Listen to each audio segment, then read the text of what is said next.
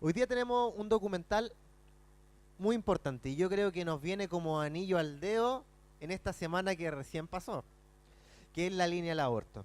La Línea del Aborto es un documental que habla sobre una línea telefónica de una colectiva de lesbianas y feministas por el derecho a la información que divulga información sobre cómo realizarse un aborto con misoprostol seguro y de calidad, dado que actualmente en Chile el aborto es penalizado.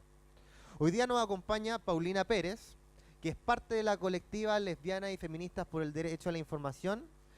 Muy buenas noches, Paulina. Aquí tu micrófono. Cuéntanos, que por lo demás de Concepción y nos viene a acompañar hoy día. Sí. Hola a todas y todos, agradecer la invitación y también felicitar por la gestión de actividades como esta que tienen que ver con ocupación de los lugares y poder hablar con todos y todas temas tan importantes como lo son el aborto, que tienen que ver con la salud de las mujeres, con un derecho de salud de las mujeres y de las niñas. Así que encantadas de viajar desde el centro sur hacia aquí Valparaíso. Muchas gracias por acompañarnos. Entrando de lleno en el tema, yo querría partir con lo más contingente. Los días pasados se aprobó en el Senado la idea de legislar con respecto al proyecto de despenalización del aborto en tres causales, que para los que nos acompañan son inviabilidad fetal, peligro de vida de la madre y violación. ¿Cuál es su opinión como colectiva y como línea del aborto con respecto, en primer lugar, de este proyecto de ley que contempla exclusivamente estas tres causales, y con respecto al debate en general que hemos tenido durante el último año sobre el aborto en Chile? Bueno, nosotras como colectiva, como feministas también y a nivel personal, yo considero una vergüenza la legislación que hay en Chile, de partida de que tengamos una constitución que viene de una dictadura, que nos rige, una constitución que viene desde un golpe militar, desde una constitución absolutamente fascista. La legislación es una vergüenza, la legislación no beneficia. Nosotras somos súper, enfatizamos mucho en la autonomía respecto al aborto y en la autonomía respecto a la salud y en no depender de que hombres, porque al final son hombres los que siguen decidiendo por nuestra salud y por nuestro cuerpo, sean quienes creen una salud, o sea, una ley respecto al aborto. Si bien puede beneficiar que se haga una legislación o que se hable del aborto, lo concreto es que esa legislación sigue dependiendo de hombres. O sea, si yo quiero abortar por alguna de estas causales, sigo dependiendo del criterio de un hombre, sigo dependiendo del criterio de que alguien diga, sí, fuiste violada, hagamos un aborto. Sigo dependiendo de la salud que siempre está en contra de nosotras las mujeres. O sea, ahora van a legislar por el aborto, capaz que en unos años más se haga legislación para que las mujeres, no sé, no tengamos más hijos y hijas como en otros países.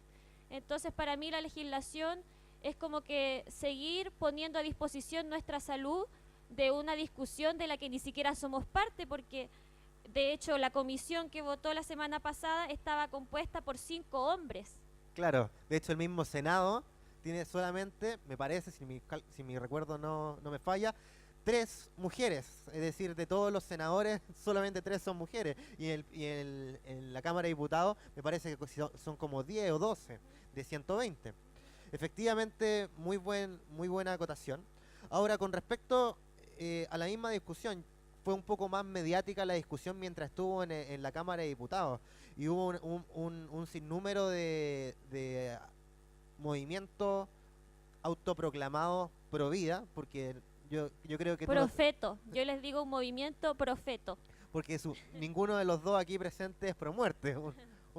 Uno al creer en el aborto no es pro muerte. Entonces, cuál es su opinión con respecto al abordaje que han tenido, por ejemplo, los medios de comunicación, las organizaciones pro vida o profeto, y así sucesivamente? Mira, yo personalmente considero una hipocresía pero gigantesca que sobre todo gente de la derecha nos venga a hablar de vida cuando en la dictadura se asesinó a mucha gente, se desaparecieron a muchas personas, se asesinaron mujeres embarazadas, Entonces es una hipocresía gigantesca que gente que todo el rato funciona en pos de la violencia, en pos de la masacre, no solo de las personas, sino del medio ambiente, venga a hablarnos de la vida. O sea, qué hipocresía más grande. Por ejemplo, quiero citar a este terrorífico Larraín, que está en esta comisión, que dice, el proyecto de aborto lo que hace es romper ese principio, rompe la coherencia de nuestro ordenamiento. O sea, imagínate, o Alberto Espina lo que dice, lo que hace el proyecto es de conocer la dignidad del ser humano que está por nacer, privándolo de su derecho humano más fundamental, que es el derecho a la vida. O sea, hablamos de aquí de dos personajes terroríficos de la derecha hablando de la vida, cuando si les realmente importara la vida, hubiera una preocupación por los niños, por las niñas, habría algo y alguien diría algo por todos los niños y las niñas en las comunidades mapuches que están siendo violentados, por ejemplo, o los mismos niños y niñas que están en instituciones, en hogares, donde están siendo vulnerados en sus derechos, donde hay redes de explotación sexual, donde nunca se ha respetado la vida. Entonces es una vergüenza también ver cómo estos personajes o la misma Iglesia Católica sean quienes estén decidiendo por nosotras las mujeres, por nuestros cuerpos, por nuestra decisión de ver cómo queremos diseñar nuestra salud y cómo queremos diseñar nuestra vida. O por ejemplo la mapuche que no hace muchas semanas tuvo que parir. Sí, Lorenza Cayuán. Engrillada y con la presencia, me parece, que de un gendarme. Sí, y que fue violentada antes, que fue engrillada. Además, y que sigue detenida en Concepción. Aprovechamos también de decir eso, la Lorenza Cayuán, que está detenida en una clínica en Concepción, en la clínica de la mujer, junto a su hija Sayen, de 3 meses, ¿cachai? Entonces hay una vulneración, hay una tortura sistemática hacia las mujeres, hacia los niños y niñas, especialmente mapuche. ¿Y dónde están ahí los derechos, po? De estos tantos derechos que nos están hablando, o de esto de romper con el derecho a la vida y promover el bienestar? O sea, es una hipocresía gigantesca que da mucha rabia e impotencia, y por lo mismo la línea aborto, que fue una organización que ya llevaba 9 meses, porque el año pasado cerramos este proyecto, dice, bueno, no me voy a quedar sentada esperando a que ellos decidan, sino que tenemos que crear nuestras propias formas de abortar, que es algo que ancestralmente hemos hecho las mujeres. Antes se hacía con hierbas, se sigue haciendo con hierbas quienes tienen más relación con la naturaleza, y se hace también a través del misotrol, que es una posibilidad segura de que las mujeres aborten en sus casas, tranquilas, sin la violencia de la medicina, y en compañía de otras mujeres y en complicidad de otras mujeres. Sin violencia obstétrica, por lo demás. Además, que de hecho también no solamente podemos hablar de violencia obstétrica para las mujeres que abortan o abortaron, sino que además para las muchas mujeres que durante su embarazo, durante su parto, viven violencia obstétrica. Durante el año, me parece, antepasado, salieron bastantes casos de mujeres que son violentadas en los servicios de urgencia, sobre todo menores de edad, que las mismas matronas les dicen, ¿para qué te gustó la cosa? Ahora asume. Que eso es una violencia obstétrica psicológica. Pero justamente, como tomando un poco lo que tú habías dicho, me gustaría que nos contara un poco más. Lo vamos a ver en el documental, es cierto, su trabajo como línea de aborto. Nos mencionaste cómo nació, pero si pudiera contarnos un poco más. Sí, mira, les voy a leer una pequeña partecita que es como una contextualización que la hizo Sicri, otra compañera, contándoles un poco la historia, porque también esto visibiliza que tenemos que ser autónomas y autónomos en el accionar, o sea, gestionar nuestra propia salud, gestionar nuestra propia alimentación, como ir en eso, porque si seguimos dependiendo de lo que otros deciden por nosotras, o sea, vamos directo al hundimiento. Es cosa de ver todo lo que pasa, está todo podrido, por así decirlo.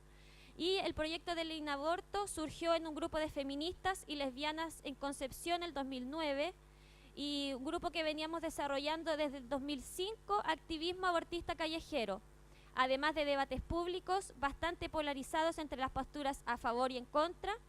Y en ese momento también comenzamos a darnos cuenta de la necesidad de ampliar las visiones sobre aborto. Para esto comenzamos a rechazar, por ejemplo, sentarnos a hablar de aborto con gente que estaba en contra del aborto, porque nos parecía una pérdida de tiempo además. Claro, de hecho a nosotros nos llegaron por una infidencia, nos llegaron algunos comentarios de por qué no colocábamos aquí a una persona pro vida para que hubiera más debate. Sí. No, es como hablar con una muralla, no tiene, es una pérdida de energía, pérdida de tiempo.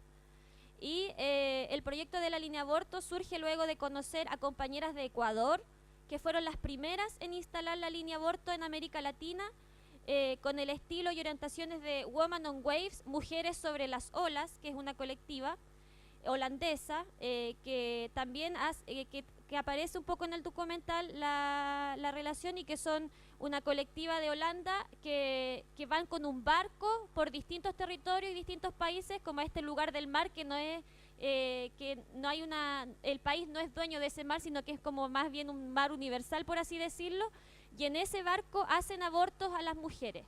O sea, es como una forma también de posibilitar la idea del aborto. En aguas internacionales. En aguas internacionales. Para no caer en la ilegalidad, sí. la penalización de un territorio determinado. Sí, ellas se llaman Mujeres sobre las Olas. Invito igual a que averigüen, conozcan la historia de Mujeres sobre las Olas, porque es una historia súper potente, y también es como hacerle una trampa a la legislación y crear estrategias para que las mujeres podamos abortar, sobre todo las heterosexuales, porque las lesbianas no tenemos que abortar. Y nos encontramos con ecuatorianas en Uruguay el 2008, y por lo mismo, esta línea aborto tiene complicidades con líneas abortistas de otros países, de Perú, de Argentina, de Ecuador, de Colombia, y cada cierto tiempo nos reuníamos también a conversar cómo estaba el tema del aborto, el acceso al misotrol, que es la pastilla para abortar, y ver cómo va el tema de la salud en cada territorio, haciendo complicidad, que es súper importante, la complicidad entre mujeres, y descentralizar la información. Claro, porque la información muchas veces está en las personas que tienen menos contacto con las personas que tienen necesidad. Además, muchas veces una mujer que tiene un embarazo no deseado, que quiere abortar, tiene un muy pequeño lapso de oportunidad para realizarlo. Está nerviosa, está sola, no le puede contar a muchas personas, tiene miedo, y ustedes juegan un rol bastante importante ahí, porque no solamente ayudan en el sentido de proveer información, sino que de generar un apoyo que en estos momentos no existe, porque como existe un estigma por la persona que quiere abortar o que ha abortado, se transforma en un secreto, en un secreto incómodo, algo que hay que ocultar. Sí, de hecho, mi experiencia como telefonista también me hizo ser testigo de que el conflicto que tenían las mujeres que querían abortar venía de la culpa, y la culpa viene de las imposiciones de la iglesia, de las religiones, y de lo satanizado que está el aborto, que es una práctica ancestral de las mujeres. Pero cuando ya se empieza a cuestionar eso y a darse cuenta que qué viene a opinar la iglesia o qué viene a opinar los hombres sobre esto, las mujeres se van liberando de estas culpas y van conectándose con lo rico que es poder decidir lo que tú quieres y accionar respecto a eso, porque también el aborto tiene que ver con una incomodidad del cuerpo, de no querer parir algo que no lo quieres, que no tiene que ver con el diseño de tu vida. Entonces, promover el aborto y hablar del aborto, sacar el tabú del aborto, también permite eso, como liberar de estas culpas que no son nuestras, que nos impusieron esas culpas de distintas formas, en la televisión, en la publicidad, en las iglesias, en las familias. Entonces es como promover autonomía, promover salud y promover el bienestar, porque también tiene que ver con la salud de las mujeres. Imagínate tener que parir un niño o una niña, es violento para la mujer, y también es violento para ese niño y esa niña venir al mundo cuando en verdad no se quiere que venga. Entonces también es como para cuidar ambas. O también cuando no existen las capacidades. Recordemos que previo a la repenalización del aborto en dictadura, por lo demás, existía el aborto por causales socioeconómicas, que existía el aborto por las 3 causales que existen actualmente, más el aborto por causal socioeconómica, en el caso de, por ejemplo, una mujer que declarara que no tiene las capacidades para sostener un nuevo integrante en su familia. Eso también va un poco en la línea en lo que tú refieres. Sí, como respecto a eso mismo, lo que tú estás diciendo, y para apoyar un poco la idea, les quiero contar un poquito. Esta es una sistematización que nosotras hicimos al 5.º año del funcionamiento de la línea, que un poco visibiliza y muestra quiénes son las mujeres que están abortando, cuáles son las razones por las que las mujeres están abortando. Así que me gustaría así como leerlo. Por favor. Bueno, cuando llevábamos 5 años de funcionamiento ya habíamos contestado más de 20.000 llamadas.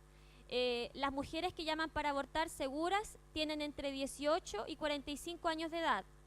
Las mujeres que llaman a la línea tienen ocupaciones como 28% estudiantes de nivel superior, mujeres trabajadoras asalariadas un 35%, dueñas de casa un 26% y no informaban una actividad un 11%. Las llamadas provienen mayoritariamente de los centros urbanos del país, desde las ciudades de Concepción, Valparaíso, Viña del Mar, Rancagua, Santiago, Puerto Montt, Valdivia, Iquique, La Serena y en menor medida desde centros urbanos de menor densidad y zonas rurales. Las personas que realizan el llamado corresponden en un 72% a las mujeres que necesitan abortar, siendo el 28% restante llamadas realizadas por parejas, amigas y madre de las mujeres. 95% de las llamadas recibidas han sido de mujeres decididas y seguras de querer realizar un aborto. El 80% de las mujeres aborta antes de la semana número 12 de embarazo, mientras que el 18% consulta la línea entre la semana 12 y 16. Solo el 2% lo hacen después. El 97% de las mujeres reportan como principal dificultad para realizar un aborto seguro el acceso a las pastillas del misoprostol. Un 40% de las mujeres que llaman a la línea ya han conseguido el misoprostol. El 90% de ellas lo consiguió en el mercado clandestino a través de internet. ¿Por qué hay que acceder de manera clandestina? Porque la Michelle Bachelet en su primer gobierno saca el misoprostol de las farmacias. Cuando se empiezan a enterar que las mujeres estamos abortando con misoprostol, lo que se hace es sacar el medicamento y hacer aún más difícil el acceso. De hecho, la dosis completa de misoprostol está alrededor de 140, 160 mil pesos. Es un precio sí, muy, muy, muy elevado que dificulta que las mujeres puedan abortar. Claro, un poco reforzando la idea que tú mencionas, el misoprostol en estos momentos es un medicamento que está restringido exclusivamente al ámbito hospitalario, que de hecho llega a los hospitales no para realizar abortos, sino porque también se ocupa en enfermedades ulcerativas gástricas. Claro, ese es su funcionamiento como original, tiene que ver con las úlceras. Y mujeres de Brasil descubren que el misoprostol, que también se llama misopostrol o Citotec, sirve para realizarse abortos. Son los nombres comerciales. Y de hecho también haciendo un pequeño alcance, el costo real de la pastilla de misoprostol, del frasco de misoprostol, son aproximadamente 1.800 pesos. Y obviamente el mercado negro consiste en personas que en los mismos hospitales roban el misoprostol, lo llevan al mercado clandestino y lo venden muchas veces por sobre su valor. Una pastilla me parece que está a 30.000 pesos. Y muchas veces también está el engaño, porque como son mujeres que están con poco tiempo, que tienen que tomar una decisión muy rápido, que no tienen ningún apoyo, ningún consejo, se ven ante la incomodidad, la incertidumbre de que lo que realmente le estén vendiendo es misoprostol, porque ella no está en conocimiento si es que realmente es efectivamente esa pastilla. Sí, yo prefiero hablar del mercado clandestino en vez de mercado negro, porque el mercado negro me parece también como un poco racista, ponerlo así, más bien es un mercado clandestino, y claro que expone a las mujeres, a gente que está lucrando con el aborto, a estafas, porque va a salir en el documental cómo muchas mujeres han sido estafadas y en vez de comprar el misoprostol o que acceder a la pastilla, acceden a pastillas que son de talco o de cal, lo cual hace mucho más peligroso. Y también todo el lucro y el precio, pero así inimaginable del misoprostol, y además la información falsa, porque los vendedores, que también aparece un vendedor de Concepción, que vende pastillas y entregando una información errónea. Por ejemplo, les dice a las mujeres que aborten poniéndose las pastillas dentro de la vagina, cuando ese es una forma de abortar súper peligrosa, porque las mujeres ni siquiera estamos tan desconectadas del cuerpo que no hay, por ejemplo, una práctica de masturbación. Entonces, cuando tú te tienes que poner las pastillas intravaginalmente, tienes que conocer la profundidad de la vagina, por ejemplo, y no se conoce. Entonces, si te haces un aborto intravaginal, son mucho más los riesgos de que tengas una infección, de que tengas una hemorragia, y si llegas al hospital te encuentran las pastillas dentro de la vagina y te penalizan. En cambio, el aborto seguro es poniendo las pastillas debajo de la lengua, porque ahí no hay ningún riesgo de que se encuentre la pastilla, no hay ningún examen que reconozca el misotrol que esté dentro de la sangre. Entonces, por eso el método más seguro es sublingual, que es debajo de la lengua, y además que el aborto con pastillas es muy similar a un aborto espontáneo. Entonces, por eso es una forma segura de abortar. Y como siguiendo un poco para contarles las razones por las que abortan las mujeres, es el 25% lo hacen por situación económica incompatible, el 33% incompatibilidad de la maternidad y el embarazo con el proyecto de vida, 18% no quieren llevar embarazos ni maternidades productos de violación o violencia machista, 10% por la presencia de enfermedades, 10% por la planificación y deseo de una vida libre de la maternidad, y el 4% no informa razones. Y otra cosa que me gustaría compartir con ustedes, que también me parece relevante, que nosotras descubrimos que desde el año 2009 disminuye la tasa de natalidad en regiones. Por ejemplo, dice, de hecho, la tasa de natalidad disminuyó desde el 2009, año en que se inicia la línea aborto, y disminuyó precisamente en aquellas ciudades donde la línea estuvo más presente. Por ejemplo, en orden, donde más bajó, en la región del Biobío, luego en la región de Los Ríos, la Araucanía, la quinta región, el Maule y la región metropolitana. Y nosotras queremos hacer súper positiva y optimista y pensar que esto tiene que ver con el acceso a la información y con facilitar la información para que las mujeres puedan abortar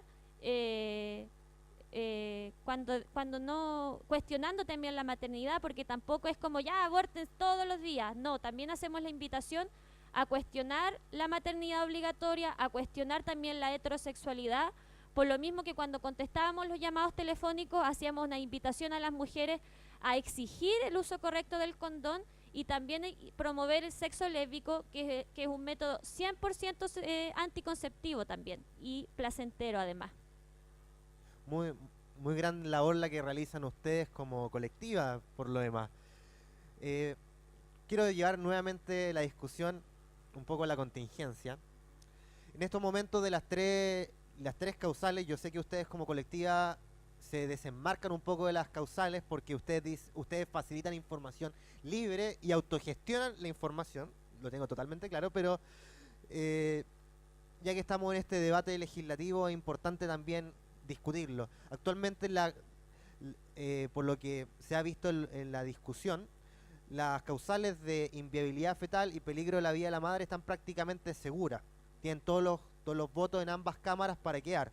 La única causal que corre peligro en este momento es la causal de violación, que por muchas personas del mundo feminista ha sido mencionado como que si esta causal no queda dentro del proyecto de ley habría sido un fracaso inclusive, porque las otras causales se realizan por lo demás en ciertas medidas. ¿Qué opina usted de esta causal de violación sobre la posibilidad de que sea rechazada principalmente por los votos en contra del Partido Demócrata Cristiano? Horrible, porque la mayoría de los abortos tienen que ver con violaciones, y que a veces no se nombra la violación porque también se naturaliza mucho la violencia en las relaciones heterosexuales, se naturaliza mucho que la relación sexual no es una violación cuando muchas veces es una violación. Entonces, horrible que se saque esa causal, pero yo sigo insistiendo, personalmente yo no creo en esa legislación, porque aunque se apruebe esta causal, se sigue presionando y violentando a la mujer que va a llegar al hospital diciendo, oiga, ¿sabe qué? Me violaron, por favor ayúdeme, porque eso no se hace. De hecho, se cuestiona a las mujeres, ni siquiera se creen los relatos de niñas y mujeres que llegan por violaciones a los sistemas de salud. Entonces, que la rechacen es bien coherente al pensamiento que tienen los legisladores, al pensamiento que tienen los hombres legisladores, las iglesias católicas, que además la iglesia católica está lleno de abusadores sexuales de niños y de niñas. Entonces muestra lo horrible que es la salud y lo horrible que son los derechos de salud para las mujeres, para las niñas, y que no hay ningún deseo de legislar realmente, sino que más bien yo pienso que lo hacen porque estamos entre los 5 países que no hay ninguna legislación respecto al aborto, porque son 5 países entre los que están Chile, El Salvador, Nicaragua, Surinam y Haití. Y el Vaticano. Claro. Entonces, yo pienso que estas leyes sobre todo son como para dar pastillitas, así como acostumbran los gobiernos a decir, claro, somos súper progresistas, estamos legislando sobre aborto, que somos bacanes y no sé qué, pero son todas hipocresías que no sirven de mucho. O sea, no. De hecho, hay otros países donde hay legislaciones y las mismas feministas nos cuentan que sigue siendo difícil el acceso al aborto, sigo dependiendo del criterio del médico o de quien esté ahí para decir me van a hacer un aborto o no, sigo estando expuesta a la violencia. En cambio, lo que nosotras promovemos o lo que a nosotras nos gustaría es despenalizar el aborto y hacer libre acceso al misotrol para que las mujeres puedan abortar en sus casas, en sus lugares, donde estén tranquilas, donde se puedan preparar una agüita de hierba cuando duele el útero por las contracciones, donde puedan estar con sus amigas conversando, donde se puedan fumar, no sé, un pitito para los dolores, que también tiene que ver con la salud y con promover la salud fuera de las lógicas de la salud occidental, que es una salud invasiva, que es una salud violenta y que siempre ha estado en contra de las mujeres y de las niñas. Es cosa de ver, no sé, la vacuna del papiloma humano, que es una cosa terrorífica que hacen con las niñas. Es otra cosa, otro ejemplo es promover los anticonceptivos, que lo único que hacen es que las mujeres nos enfermemos de cáncer, que nos metamos un medicamento que nos afecta. Entonces, todo evidencia que las mujeres tenemos que crear cosas que nos permitan gestionar nuestra propia salud y que esa creación tiene que venir desde la rebeldía, desde decir, no estoy ni ahí con que tú vengas a opinar de lo que yo quiero hacer con mi cuerpo, no, sino que gestionar la salud y yo poder tener un trato amoroso con mi cuerpo y gestionarme una buena vida, una buena salud. Y eso promoverlo también en las niñas, que yo creo que es súper importante hablar con las niñas del aborto, hablar con las niñas del lesbianismo y hablar con las niñas de las otras posibilidades para que no tenga que ser expuesta a estas cosas que muchas mujeres se ven expuestas, sobre todo las mujeres más pobres, porque las mujeres ricas, las mujeres blancas, abortan en clínicas privadas súper bien, súper cómodas. Esto tiene que ver también con algo de clase, con otros contextos. Una injusticia social y una inequidad evidente en el país. Pero ya que toca el tema, y lo hemos hecho en cierta medida todo el rato, ¿cuál es su opinión como colectiva o tuya personal sobre el grado de educación sexual en nuestro país?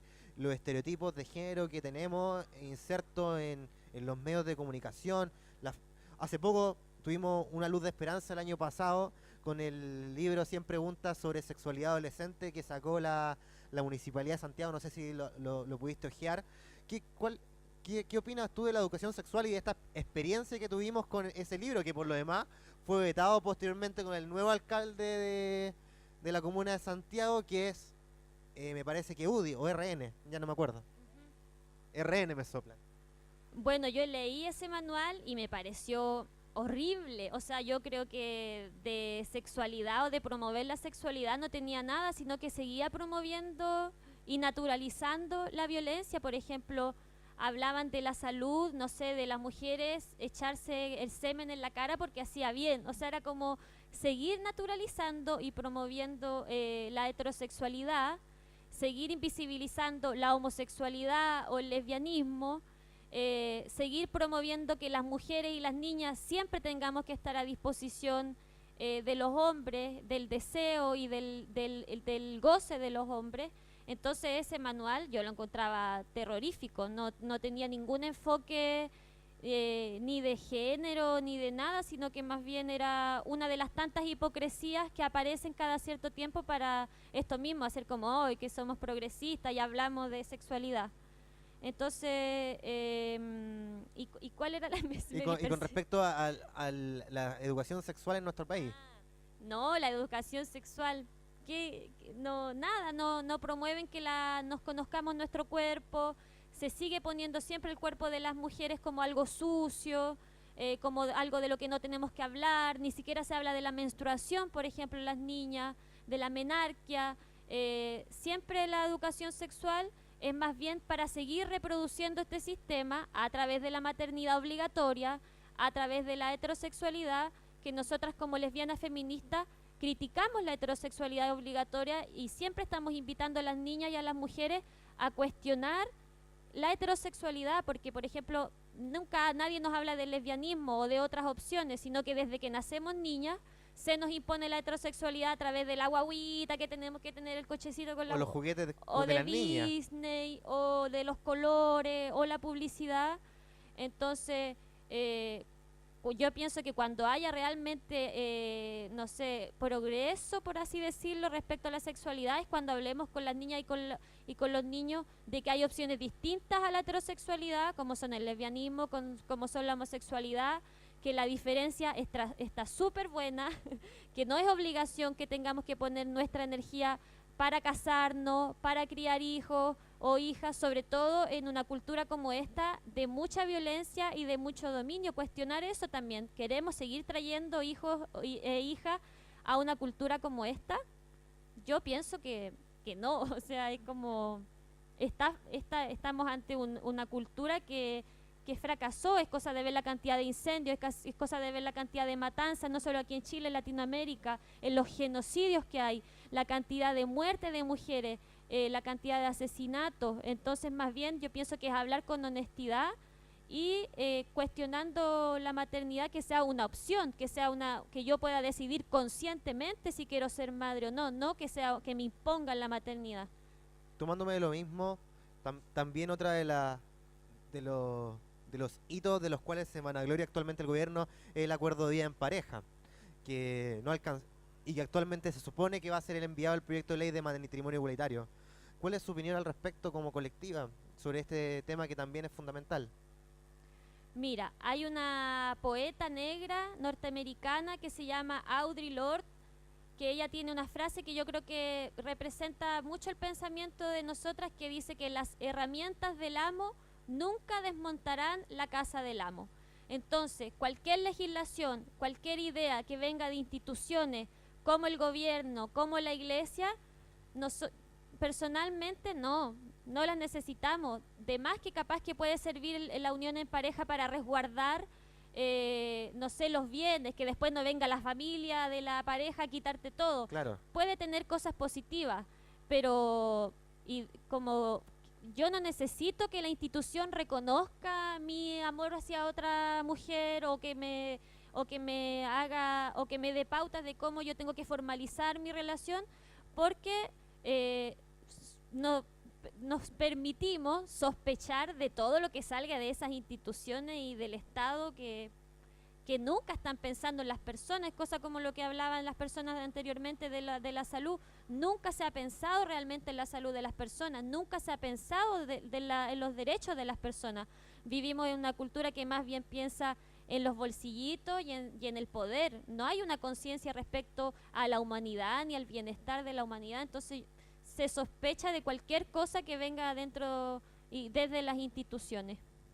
Bueno, ya para ir finalizando, Paulina, y agradeciendo que nos haya acompañado, si pudiera invitar a las personas que están ahora presentes aquí en la Plaza Bismarck a ver el documental La línea del aborto, posterior al Tata Barahona por lo demás. Si pudiera hacer la invitación. Sí, invito a todas y todos, especialmente a las mujeres, a las niñas, a ver este documental que también muestra el trabajo de la línea aborto, pero también muestra cómo se ha abordado el aborto, las hipocresías que hay dentro del aborto, los discursos de la iglesia respecto al aborto.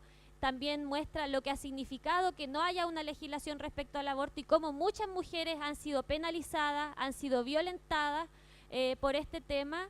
Es un registro histórico, yo pienso, y que también promueve la rebeldía entre las mujeres, la creación entre las mujeres, y poner la energía en eso, en crear propuestas distintas a esta cultura, crear nuestra propia cultura de la buena onda, del respeto, del amor, donde podamos diseñar nuestra vida y nuestra existencia sin todas las instituciones que tenemos encima, porque si bien la iglesia es una institución, el Estado es una institución, la heterosexualidad también es una institución que tenemos sobre nosotras. Así que invito a ver el documental y también invito, porque nosotras ya no seguimos con el tema del aborto, estamos más bien dedicados a lo lésbico, pero siguen otras agrupaciones como Aborto con Amigas y en la Casa. Lo voy a volver a decir porque para que las busquen en internet, si conocen a alguien que quiera abortar, esa es una súper buena colectiva. Se llaman Aborto con Amigas y en la Casa.